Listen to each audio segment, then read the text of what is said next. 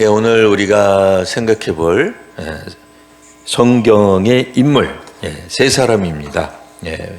그 이름이 바로 우리 주보에 나와 있는 대로 가인, 아벨, 셋 이렇게 되어 있습니다. 자, 이름의 뜻을 간략하게 살펴보면요, 이제 가인이라고 하는 이름의 뜻은 획득에 있습니다. 획득하다, 또 뭐 소유하다, 뭔가 좀 많이 가져야 된다는 거죠. 자기가 자기 손에 쥐어야 만족한다. 뭐 이렇게 이제 생각해 볼 수 있습니다. 획득하는 것, 소유하는 것, 소유욕이 있는 사람이라, 그러니까 이름부터 벌써 이렇게 상징적으로 가인이 어떤 사람인지가 언뜻 드러나고 있습니다. 그러니까 소유욕에 가득 찬 사람들, 그러니까 뭐 남의 것이든 내 것이든 그냥 자기가 가지려고 하는 사람들, 이런 사람들을 대표하는 인물, 뭐 가인, 이제 가인이 이제 그런 인물입니다. 그럼 아벨은 뭐냐? 아벨은 뭐 학자에 따라 조금씩 다르긴 합니다만, 뭐 호흡, 뭐 혹은 뭐 공상, 뭐 공상 그러니까 조금 뭐 망상 같아서 그렇긴 합니다만, 그냥 호흡 정도 이렇게 생각해 볼 수 있겠고요. 셋은 우리말에 꼭 마치 하나 둘 셋 같아서 좀 느낌이 그렇습니다. 또 하필이면 세 번째 아들로 태어나서 셋, 그러니까 하나 둘 셋 같은데 그 셋은 아니고요. 그 히브리어의 표현에 따르면 이제 대리인, 누군가를 대신하는, 뭐 이미 눈치채셨겠습니다만 아벨을 대신하는 이제 그런 대리인이라는 이름의 뜻이 아예 있습니다. 우리 각 사람들도 각자 이름의 뜻이 있잖아요. 그런 것처럼 성경에 나와 있는 인물들은 참 그 이름 자체에서 그 이름이 상징하는 바, 그러니까 실존 인물이기도 하지만 그 인물이 상징하는 바가 잘 드러나고 있습니다. 뭐 아담, 뭐 하와가 그랬던 것처럼 오늘은 가인, 뭐 획득하고 또 소유하는, 소유욕에 조금 넘치는 이제 그런 표현이죠. 그러니까 단순한 소유 정도가 아니죠. 뭐 우리가 뭐 자기 것 갖는다, 뭐 자기 거 자기가 갖는 게 뭐 무슨 문제이겠습니까? 근데 분에 넘치게 갖는 것, 그게 이제 문제죠. 이제 그런 면에서 소유, 아벨은 뭐 호흡, 그러나 이제 그의 호흡이 끊기게 되고요. 셋은 대리인이라고 하는 이름의 뜻을 가지고 있다라고 하는 겁니다. 자, 그럼 구약 성경에서 오늘 우리가 읽은 가인, 아벨, 셋은 어떻게 말하고 있는지 한번 살펴보겠습니다. 가인은 우리가 잘 알다시피 그 자연인 부모를 통해서 아담, 하와는 하나님으로부터 출생했다, 뭐 이렇게 볼 수 있습니다. 뭐 태어났다 이렇게 표현하기는 좀 어렵겠습니다만, 뭐 여하튼 창조된 인물이라면 가인은 우리가 이해할 수 있는 그런 인간, 자연인, 인간 부모를 통해서 태어난 최초의 자녀다, 이렇게 말하겠죠. 그러니까 아무래도 가인은 아담, 하와가 범죄하여서 타락한 이후에, 그러니까 이제 낙원을 떠나서 에덴 동산에서 쫓겨난 이후에, 그러니까 이제 이미 타락을 한 거죠. 타락한 이후에 태어났다. 벌써 뭘 이야기를 하겠어요? 구약 성경을 읽어본 사람들은 다 아시겠습니다만 아담, 하와가 낙원에서, 에덴 동산에서 쫓겨난 것 자체가 이미 죄악 가운데 있었다. 그러니 죄악된 부모에게서 태어난 자녀 역시 타락한 본성이 있겠다. 물론 이제 뭐 여기는 뭐 우리 다 믿는 사람들이 있습니다만, 믿지 않는 사람들이 들으면 되게 이제 기분 나쁘겠죠. 아니 왜 아버지, 어머니 거를 왜 내가 따라야 하느냐, 뭐 이렇게 생각할 수 있겠는데요. 보통 뭐 DNA만 따르는 거지, 아니 뭐 죄악된 본성까지 우리가 따른단 말이냐.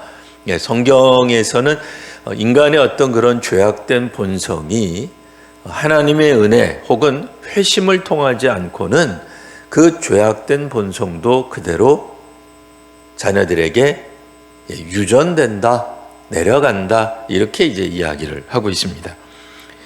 가인은 타락한 본성이 이제 나타나게 된 첫 번째 자녀다라고 말을 할 수가 있습니다.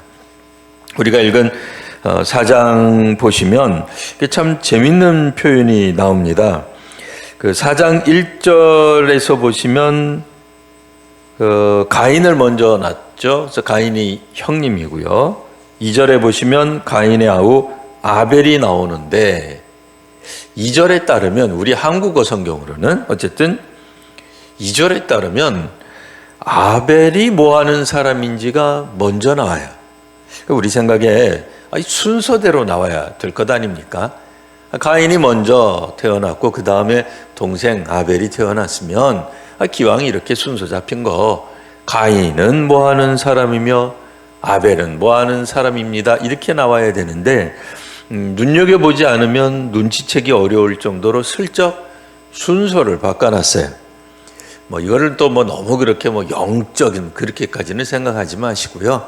그냥 성경상 우리가 이것을 그냥 성경도 일종의 글이니까 문학이잖아요. 일종의 문학 기법으로 보면 뭐라고 생각할 수 있겠습니까? 뭔가를 지금 강조하고 있는 거죠. 그러니까 출생 순서를 뒤바꿔 놓은 이유는 뭐겠습니까?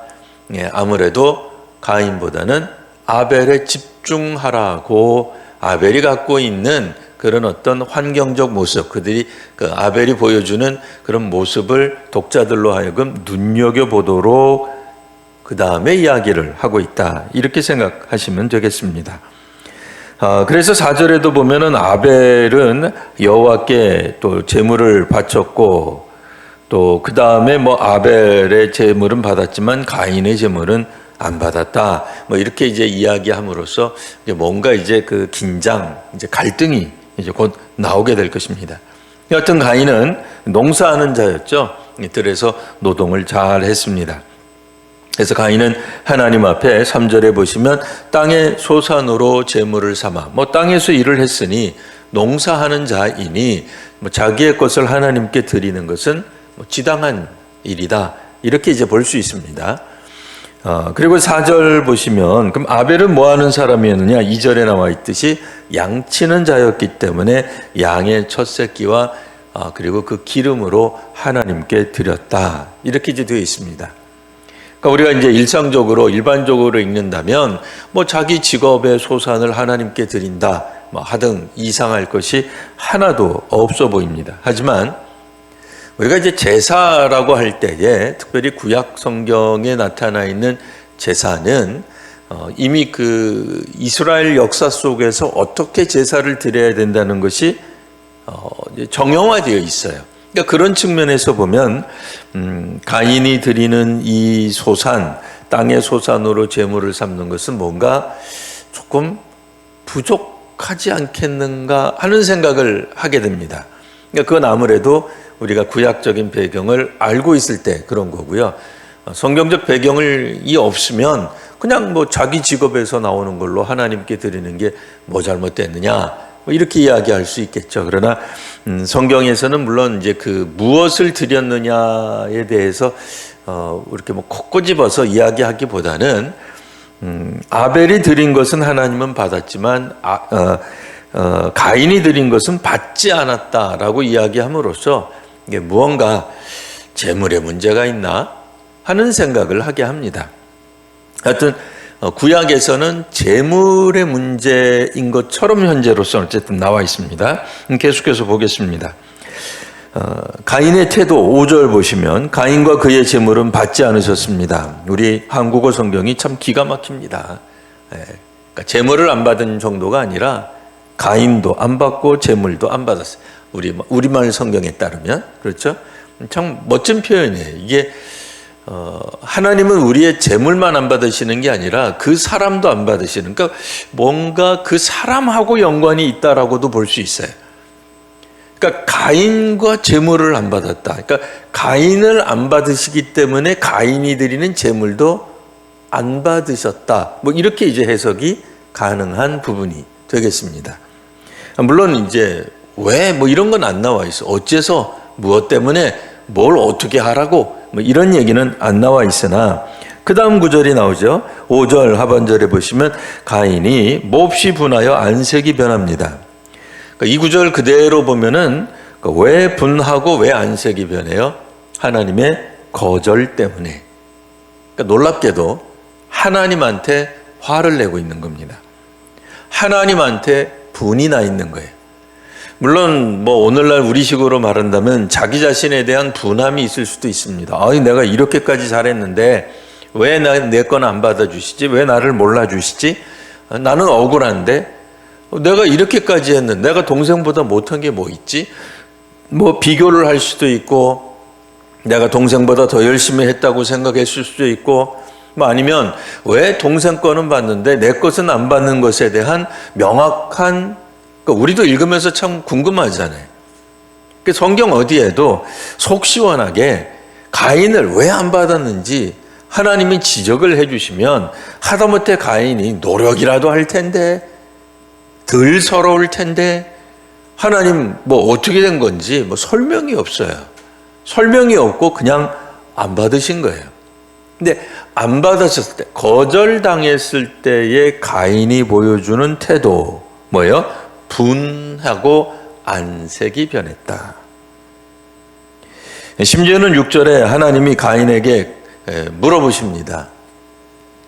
뭐 하나님이 가인을 뭐 내쳤다, 뭐 저주를 내렸다, 그런 뉘앙스는 전혀 없습니다. 여전히 하나님은 가인과 대화도 하시고 가인이 하는 말을 하나님도 들으시고 뭐 여하튼 지금 굉장히 친밀한 관계로 나오고 있습니다. 중요한 건 뭐예요?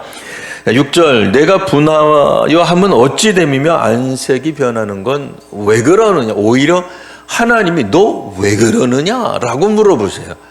그러니까 이제 가인 입장에서는 당황하겠죠. 당황스럽죠. 아니, 하나님 때문에 벌어진 일인데 하나님이 나한테 어떤 면에서 보면 위해를 가해서 이런 일이 벌어졌는데 하나님은 엉뚱하게도 가인에게 문제를 뭐 있는 것처럼 질문하고 계시는 거예요. 근데 이제 7절에 보면 그 어느 정도 우리가 생각해 볼 수 있는 답이 나옵니다. 7절 한번 다 같이 읽어볼까요? 자, 시작. 내가 선을 행하면 어찌 낯을 들지 못하겠느냐.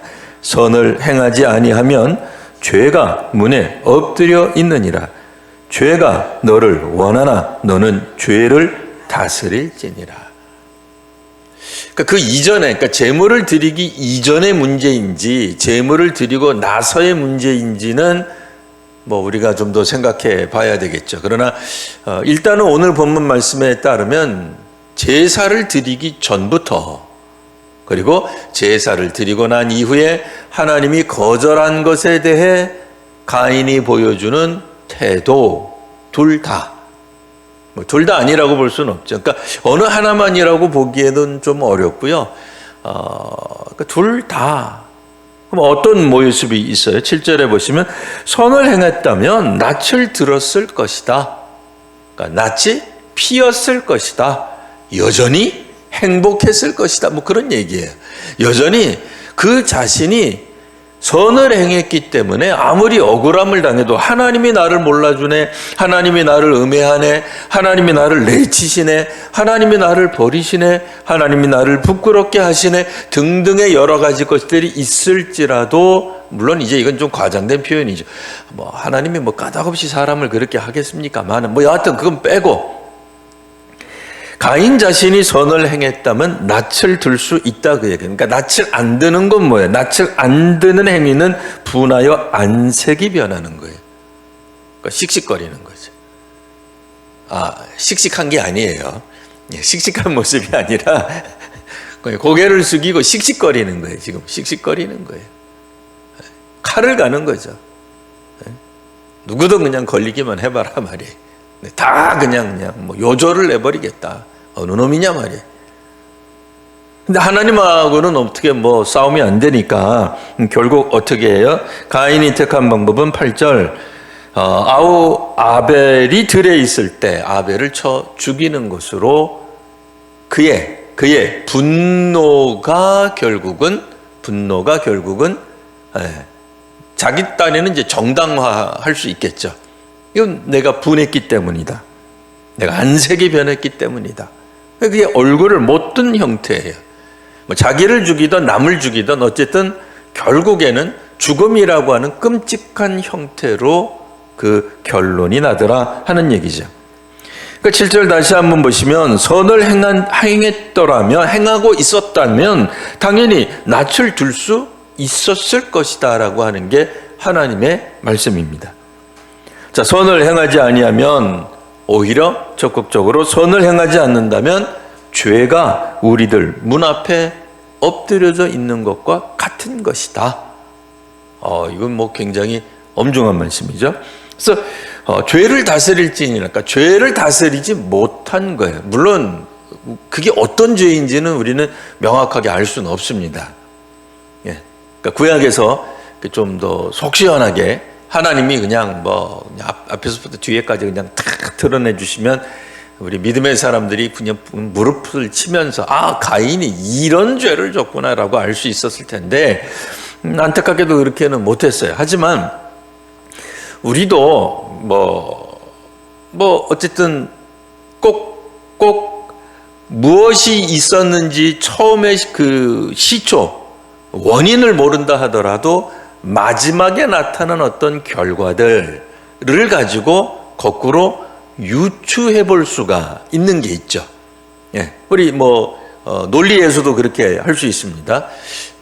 이를테면 어떤 사건 현장의 증거들을 가지고 이 증거들을 보고 지문이라든지 발족족이라든지 어쨌든 누가 무슨 이렇게 어쨌든 도둑질을 했다든지 그런 것들의 증거를 가지고 거꾸로 올라가다 보면은 범인을 잡기도 하고 이때 당시 어떤 일이 벌어졌었는지 대충 우리가 미루어 짐작도 하고 하듯이 처음을 아는 것도 물론 좋겠습니다만 이런 경우에는 마지막에 일어난 어떤 행위들을 가지고 거꾸로 더듬어 올라가 보면 가인이 과연 선한 사람인지 선을 행했는지 죄를 범했는지를 알 수 있게 되더라 하는 얘기입니다.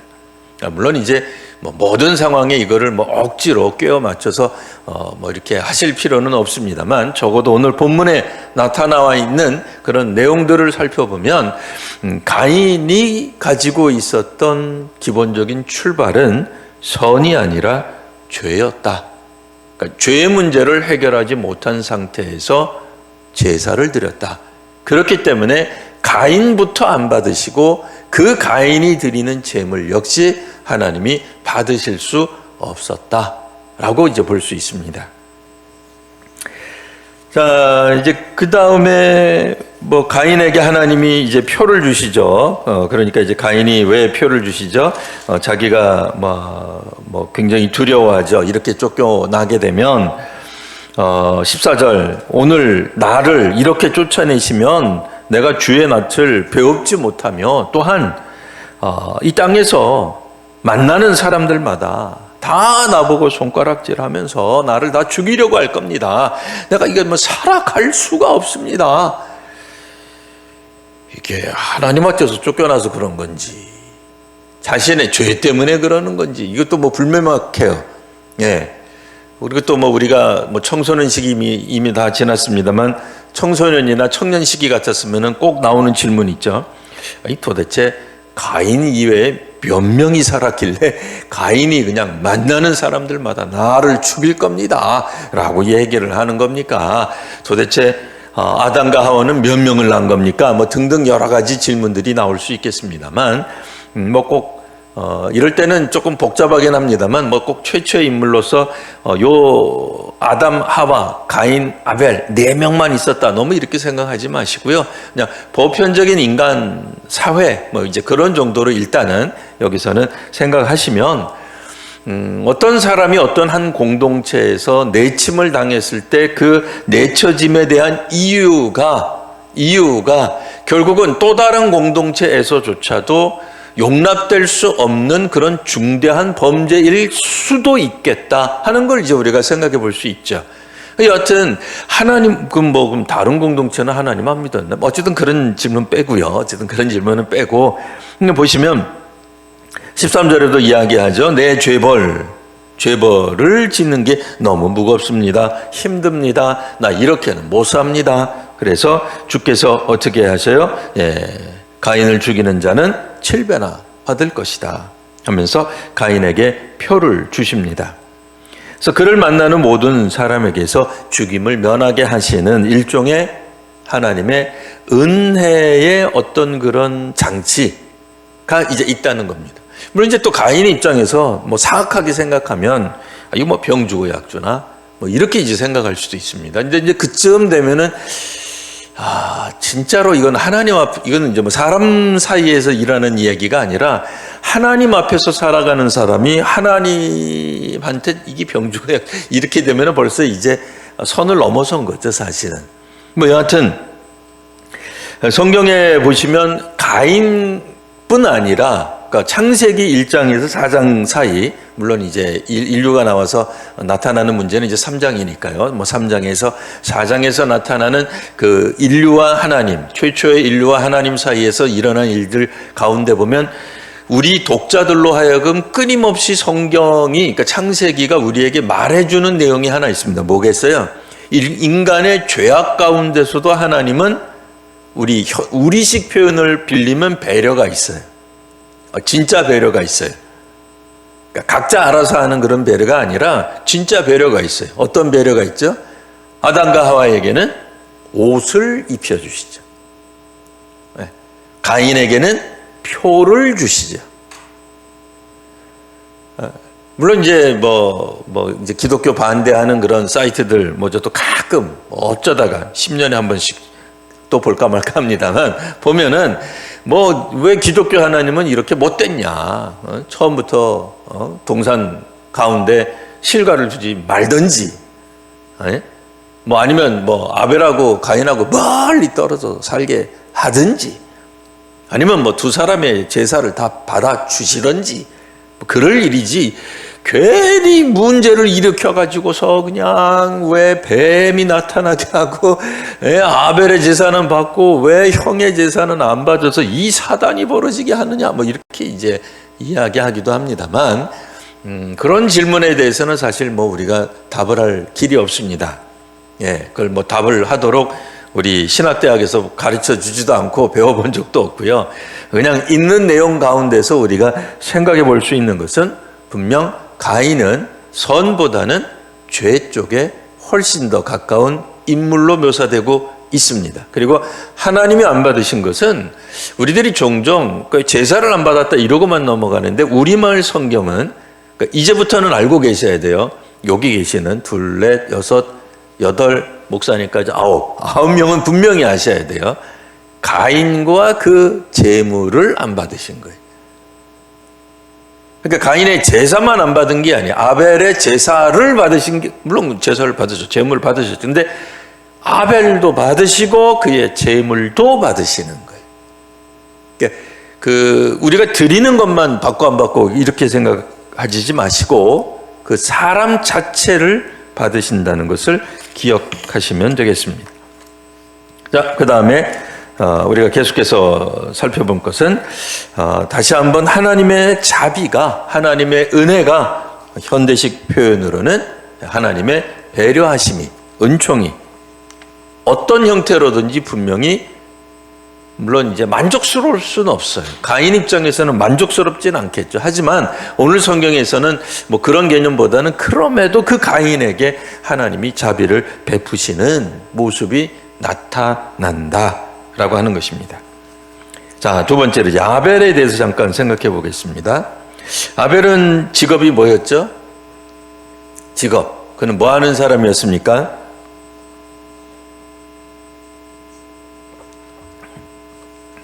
양을 치는 목동이었습니다. 또 우스갯소리로 양을 친다 그랬다고 해서 그냥 우스갯소리입니다. 양을 때리고 양을 치는 그런 게 아니라 이제 목동이었다. 양을 기르는 그런 사람이었다.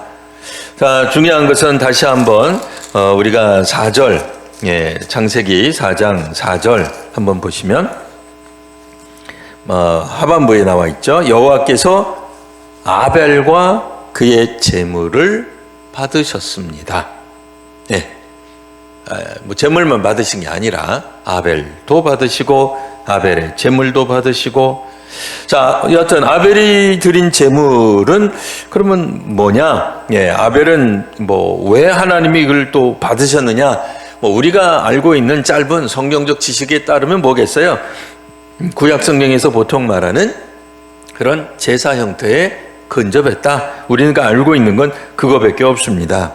하지만 또 뭐 성경 순서대로 우리가 읽는다 그러면 뭐 사실 뭐 모세 때 확립된 그런 어떤 제사에 대해서 최초의 인물인 뭐 아담, 하와 그리고 가인, 아벨이 알았을 리 없지 않느냐. 또 뭐 이러고 또 뭐 연대기적으로 또 시간적으로 또 거꾸로 물어보면 또 이게 답하기가 어렵습니다.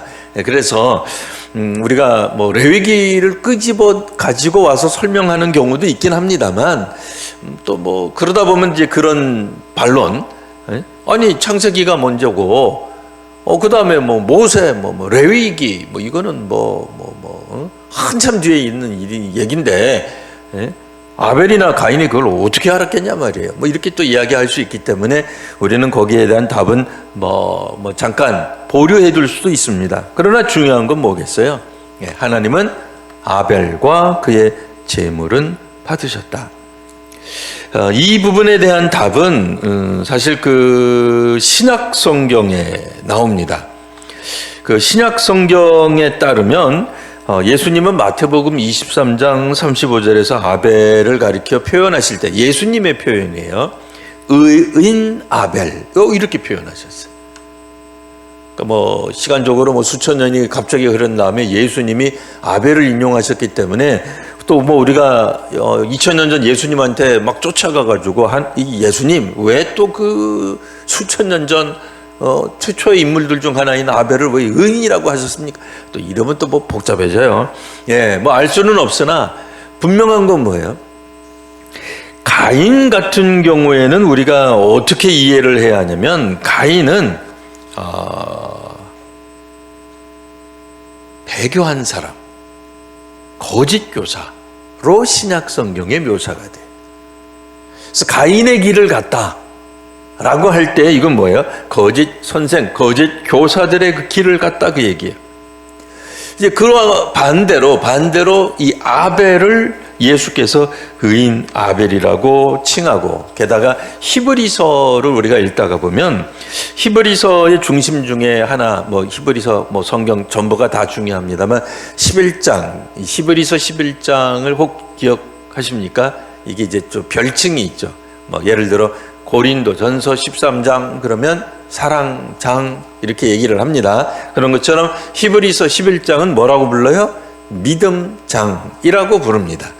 자, 여기에는 수많은 위대한 신앙의 인물들이 나오는데 그 중에 맨 처음에 나오는 인물이, 믿음의 인물이 본보기로 나오는 모델, 예로 든 모범적인 최초의 인물이 아벨이에요. 그러니까 아벨은 믿음의 사람으로 묘사돼요. 그래서 아벨은 믿음으로 제사를 드렸다고 나와 있어요. 물론 여기에도 또 뭐 질문할 것들이 많아요. 왜냐하면 신약 성경에 나오는 믿음은 구약의 믿음과 조금 다르지 않느냐.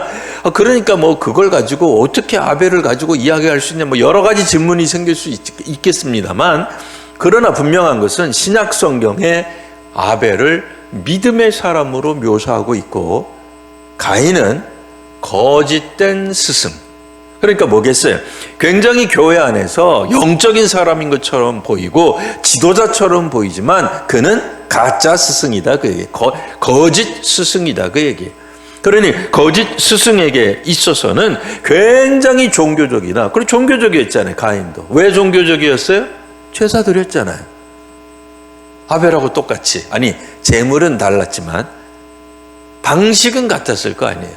누구를 향해서? 하나님을 향해서. 자기의 것을, 자기 직업의 것을, 자기가 낼 수 있는 것을 내어서 하나님께 드린 거죠. 근데 그게 잘못된 거죠. 잘못된 걸 드렸다는 거예요.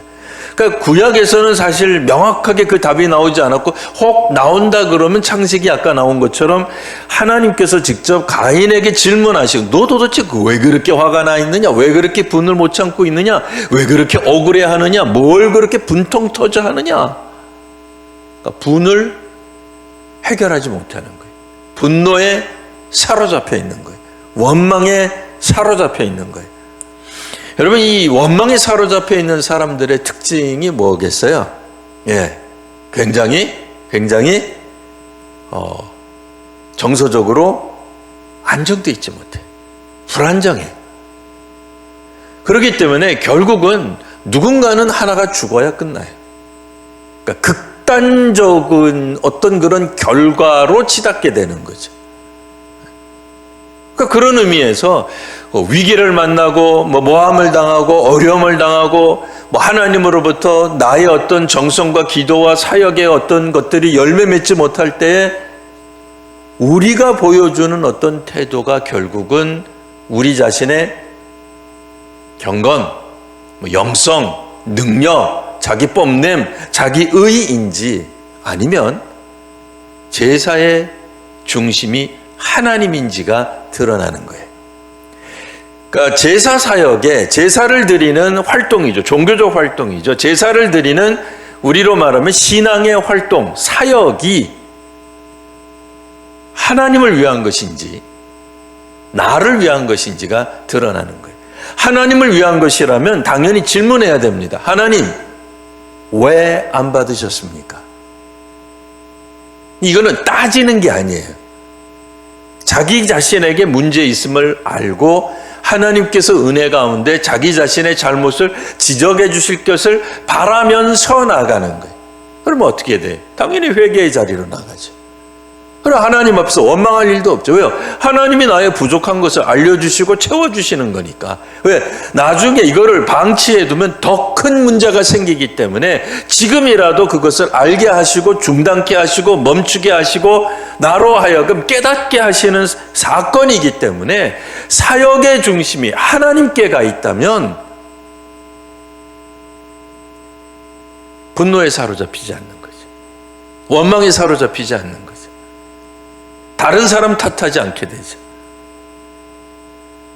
근데 이제 그게 자기에게 사역이 초점이 맞춰져 있으면 무엇을 하든 자기에게 초점이 맞춰져 있으면 예배를 드리더라도 내가, 찬송을 하더라도 내가, 선교를 하더라도 내가, 이렇게 되는 거죠. 자기를 드러내려고, 자기를 뽐내려고 그래요. 자기가 안 받아지면 견딜 수 없어 해요. 있을 수 없다고 생각하는 거죠. 가인의 특징이 뭐예요? 소유라고 그랬잖아요. 획득인데 이제 우리말에 가까운 거는 거의 쟁취죠. 그러니까 그렇게 하나님을 섬기는 게 아니죠. 자, 그런 의미에서 이 가인과 아벨의 이제 비교가 우리가 이렇게 볼 수 있겠고요. 그 다음에 셋에 대해서 한번 생각해 보겠습니다. 셋은 아벨의 자리를 채우기 위해 지명한 자가 된 사람이죠.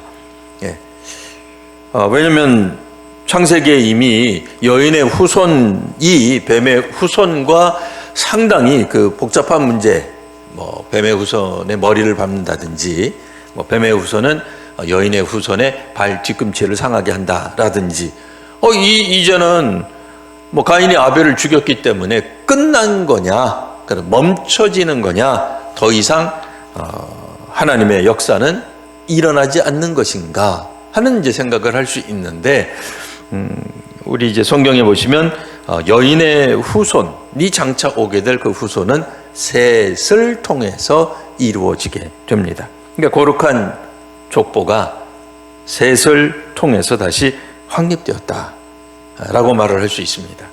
그래서 셋을 주신 이도 하나님이시라고 아예 나와 있어요, 성경에.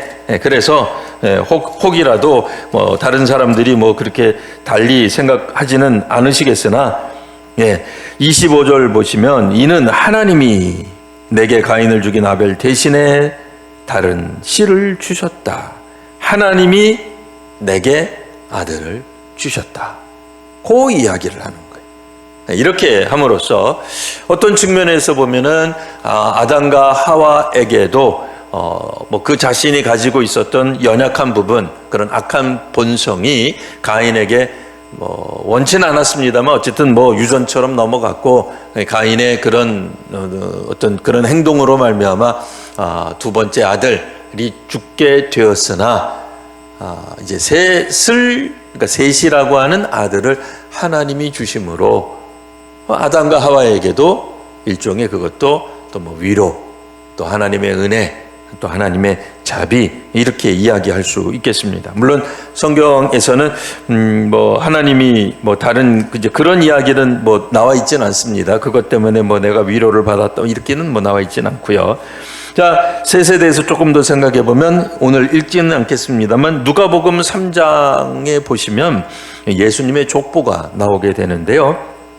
거기에서 이제 이 셋이라고 하는 이 인물, 이 셋이 38절에 나옵니다. 누가복음 3장 38절에. 그래서 결국 그리스도의 족보, 예수님의 족보를 이렇게 더듬어서 계속 올라가다 보면 셋에까지 가야 그 위에 누가 가게요?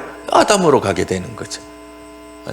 그래서 우리가 알고 있는 뭐 마태복음에도 나오는 그런 어떤 족보가 있습니다만 마태복음에 나오는 족보는 이제 뭐 아브라함 이렇게 이제 되기 때문에 누가복음에서 이제 나오는 그런 족보를 따져보면 아담에게로까지, 그러니까 그리스도의 족보가 위로 계속 올라가다 보면 최초의 인물이었던 아담에까지 올라가는 일을 보게 된다라고 할 것입니다.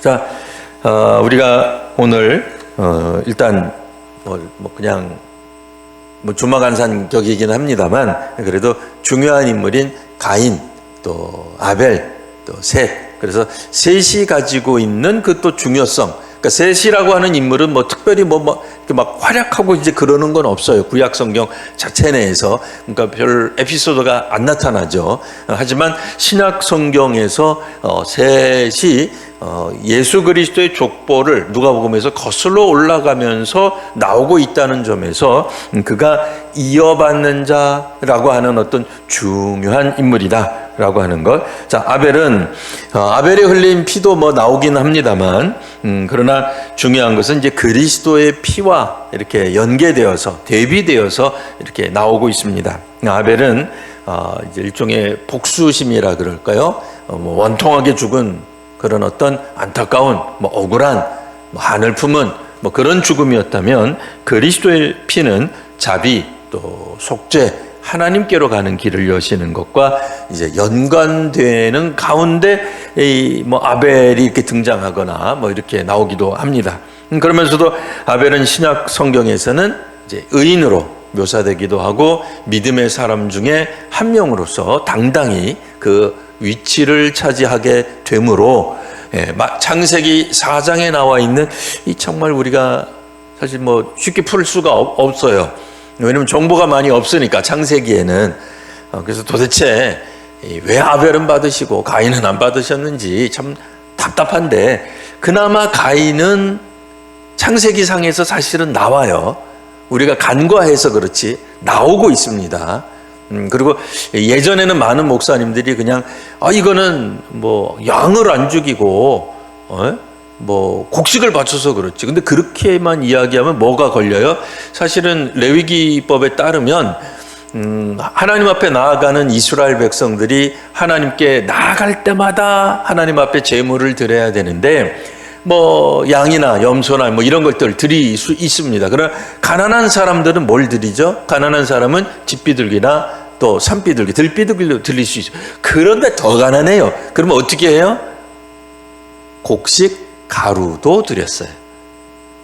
그러니까 성경을 많이 아는 사람들이 들으면 에이 저거는 아닌 것 같은데 또 뭐 이럴 수도 있어요. 그래서 오늘날에는 꼭 가인이 뭐 땅의 소산을 드렸기 때문에 뭐 하나님 기분 나쁘셔서 안 받았다, 뭐 가나안 땅이다, 뭐 그렇게는 안 보시는 게 좋을 것 같고요.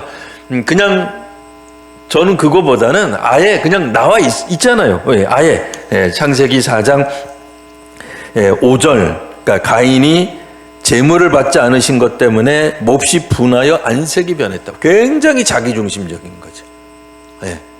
사역의 자기중심적인 그런 것들이 드러나고요. 6절에 오히려 하나님이 가인에게 물어보시죠. 내가 분한 거 왜 분하고 있냐? 아니 받고 안 받고는 어떤 측면에 뭐 그런 설명은 없어요. 그러나 받고 안 받고는 내 문제인데, 그렇잖아요. 하나님 고유 권한이죠. 하나님 고유 권한이니까 좀 이상하긴 표현이긴 합니다만, 아니 제사를 받고 안 받고는 그건 하나님이 결정하실 문제지. 그리고 하나님 안 받으신다 그러면 드리는 사람이 이거 내가 뭐가 잘못됐구나라고 깨닫고 회개해야 될 문제지, 하나님이 내 사역을 안 받으셔 나의 이런 예배 사역을 멈추게, 이런 말도 이게 아니잖아요. 근데 이 부분을 우리가 조금 더 많이 안 봤어요. 안 보고 자꾸 곡물을 드렸기 때문이다. 그거보다는 가인 자신이 가지고 있는 문제점이 역으로 몇 가지들이 이렇게 힌트처럼 나오고 있다라고 하는 거죠. 7절, 선을 행했다면 낯을 들 수 있을 것이다. 낯을 환하게 들고 아벨도 행복하게 보고 하나님도 행복하게 보고, 하나님 그렇죠, 그렇습니다 하나님, 제가 지금 못했군 거군요, 아이 다음에 잘하겠습니다, 알려주십시오. 그러면 되잖아요. 다음에 기회 주십시오. 이렇게 안 나가고 막 그냥 얼굴이 그냥 막 난색이 바뀌고, 죽이니 살리니 그러다 이제 결국은 죽이긴 합니다만, 이제 그러고 나오죠. 그 다음에 또 나오잖아요. 선을 행하지 않았기 때문에 죄가 내 앞에 있지 않는 거냐. 내 앞에 있다. 문 앞에 있지 않느냐. 죄가 너를 원한다 할지라도 너는 죄를 다스렸어야 한다. 죄를 너를 삼키려고 하는데 죄가 너 앞에 좀 가까이 있지만 그거 너 얼마든지 멀리 할 수 있다. 여기서 구약 성경적 죄가 뭐냐? 물론 이제 창세기에서 우리가 명확하게 어떻게 이야기할 수는 없겠습니다. 이미 나와 있는 걸 가지고 보면 뭐예요? 아담 하와의 죄의 문제는 뭐였어요? 하나님 말씀에 대한 불신이었잖아요. 하나님의 절대성을 인정하지 않잖아요. 동산 가운데 있는 나무의 실과는 먹지 마라. 그 명령이면 그걸 따르면 되잖아요. 근데 그걸 어긴 것이 죄죠.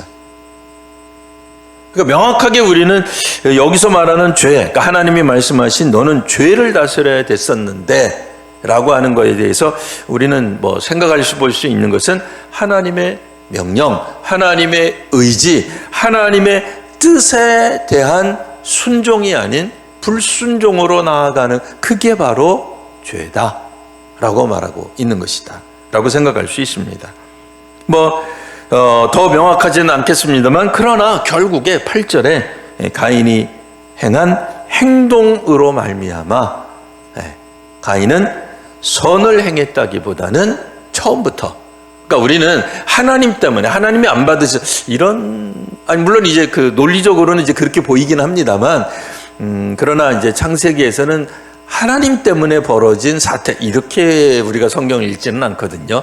그냥 필요한 정보들만 우리들에게 주고 있기 때문에 그 정보를 가지고 우리가 역으로 추적한다면 결국 가인은 아벨을 꿰어서, 그의 아우를 꿰어서 결국 들에 있을 때 죽이는 결과를 낳게 되는 이제 이런 모습으로 우리가 볼 수 있겠습니다. 이렇게 가인은 결국 신약 성경에서도 요약하면 가인의 길, 거짓 선생의 길. 그래서 굉장히 종교적이었으나 하나님을 기쁘시게 하지는 못한 자연인이다 라고 하는 거죠. 모든 행위는 다 종교적이었어요. 제사도 드리고 제물도 드리고 하나님께 나아갔고 하나님과 대화도 하지만 결국 하나님이 원하시는 바 그 뜻은 행하지 않는, 못하는, 혹은 자신의 어떤 의지나 어떤 기대가 좌절되었을 때 그가 보여주는 어떤 삶의 태도, 이런 것들이 결국은 거짓 교사로 신약 성경의 유다서, 특별히 11절에 보시면 그렇게 이제 묘사가 되고 있습니다. 반면에 아벨은 이렇게 좀 별로 나와 있지도 않아요. 나와 있지도 않지만 결국 신약 성경에서는 그는 믿음의 길을 간 것으로 나오고 있다. 우리가 이제 이렇게 정리해 볼 수 있겠습니다. 우리가 창세기를 읽으면서 또 이제 가인, 아벨, 셋이라고 하는 인물, 또 역사적 인물이지만 또한 그들이 가지고 있는 또 상징성도 있습니다. 그러니까 이제 교훈 이런 것들도 있기 때문에 잘 살펴서 또 읽어보시고 또 우리들의 삶에도 한번 적용해 보는 귀한 또 성도님 우리 모두가 되시기를 바랍니다. 기도하겠습니다. 거룩하신 주님, 창세기의 인물인 가인과 하벨과 셋에 대해서 잠시 살펴보았습니다. 주님, 오늘날 저희로 하여금 하나님께서 기뻐하시는 삶을 살아가는 저희들이 되게 하여 주옵소서.